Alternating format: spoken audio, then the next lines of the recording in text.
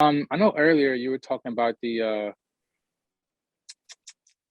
like a fingerprint of the soil in Yeah. a certain area, and that reminded me that I think I've seen in your extensive CV. I want to be like you one day. And that how you develop like ancient fingerprints. How does that work? And then you had like ancient database. Like how does that like I don't know how any of that works at all. Yeah. So when I was doing my graduate studies, purely in forensic science and forensic archaeology, my research project had to do with fingerprints, but like from a forensic point of view, I was looking at fingerprints left in blood on textiles and like what are the best chemical developers to use depending on the fabric type and stuff like that. But it introduced me to the world of fingerprints deeply. I learned a ton about fingerprints, and I was doing my research in a fingerprint bureau in the UK. So I learned a lot about the database that they use, where they, again, have their reference samples, they have their marks that are lifted at crime scenes, and then they do their comparisons. And I thought to myself at the time, well, we find fingerprints in archaeology all the time. Like everything's made out of clay, and fingerprints get left in that clay all the time. So why don't we have a similar kind of matching database for ancient fingerprints?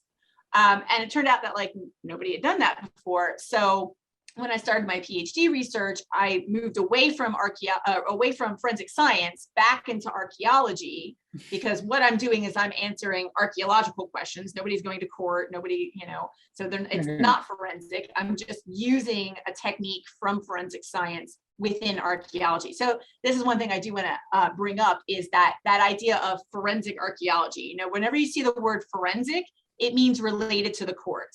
So forensic archaeology is only archaeology that is involved in litigation, court cases, whether they're civil cases or criminal cases. Forensic archaeology is not mummies or, how this ancient person died, unless somebody's like trying to sell that ancient person, which would be illegal, and then there would be a court case. So doing ancient fingerprints is purely an archaeological pursuit. I'm only answering archaeological questions. But yeah, basically, so much stuff is made out of clay in archaeology. People touch that clay, their fingerprints are left in that clay dries, and that fingerprint is captured for thousands of years. So I think the oldest material I've worked on is from Crete, and these objects, they're little figurines. They're from 5000 BC. So I think those are the oldest things that I've worked on. And I've worked on things up till about, say, 300 AD, I think is probably my most recent stuff. And it's basically just looking at the object, looking for signs of what are called friction ridge detail, the little lines that make up your fingerprint. Right. And then you can use it in several different ways. If you have multiple objects that have friction ridge detail, you can try to compare, one object against another to see if that detail matches, quote unquote matches, and then therefore was handled or made by the same individual. Or you can look at friction ridge detail as a form of tool mark. The hands are the tools shaping whatever this object is. And so you can get some information as to how the object was manipulated, the process of making it, that sort of thing.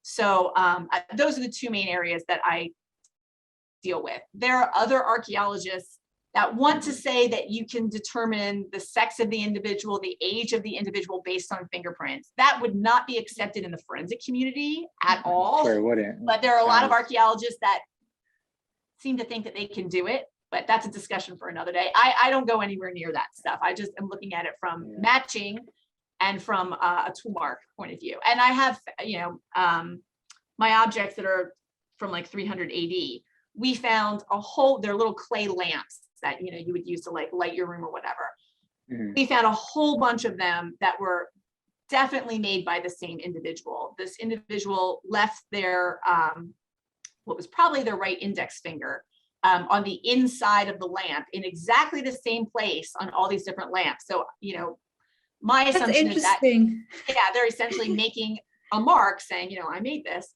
And yeah, it's definitely the same individual's fingerprint across all these different lamps. That's crazy. Are you going to like excavation sites, or are they bringing you like these things to like test them out? Yeah, usually these things are already in museums.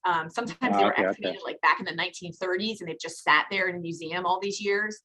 So usually what happens is some other archaeologist is doing something with these objects and they happen to notice, oh, there's a fingerprint here. I wonder if anyone does ancient fingerprints. And then they end up finding me.